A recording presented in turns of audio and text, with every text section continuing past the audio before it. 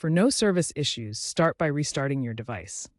This simple step often resolves temporary connectivity problems. Next, check for Verizon outages using apps like Down Detector. This helps determine if the issue is widespread. Ensure your SIM card is properly inserted. Remove and reinsert it to rule out connection issues. Verify your APN settings are correct. Refer to ALDI Mobile's website for specific settings. For data problems, verify your data usage in the ALDI app to ensure you haven't exceeded your limit. Toggle airplane mode to reset your connection. Turn it on for 30 seconds, then off. Reset network settings in your phone's settings menu. This clears cached network data. For recharge errors, ensure you have sufficient funds and are using a supported payment method. Contact ALDI Mobile support within 24 hours for failed transactions.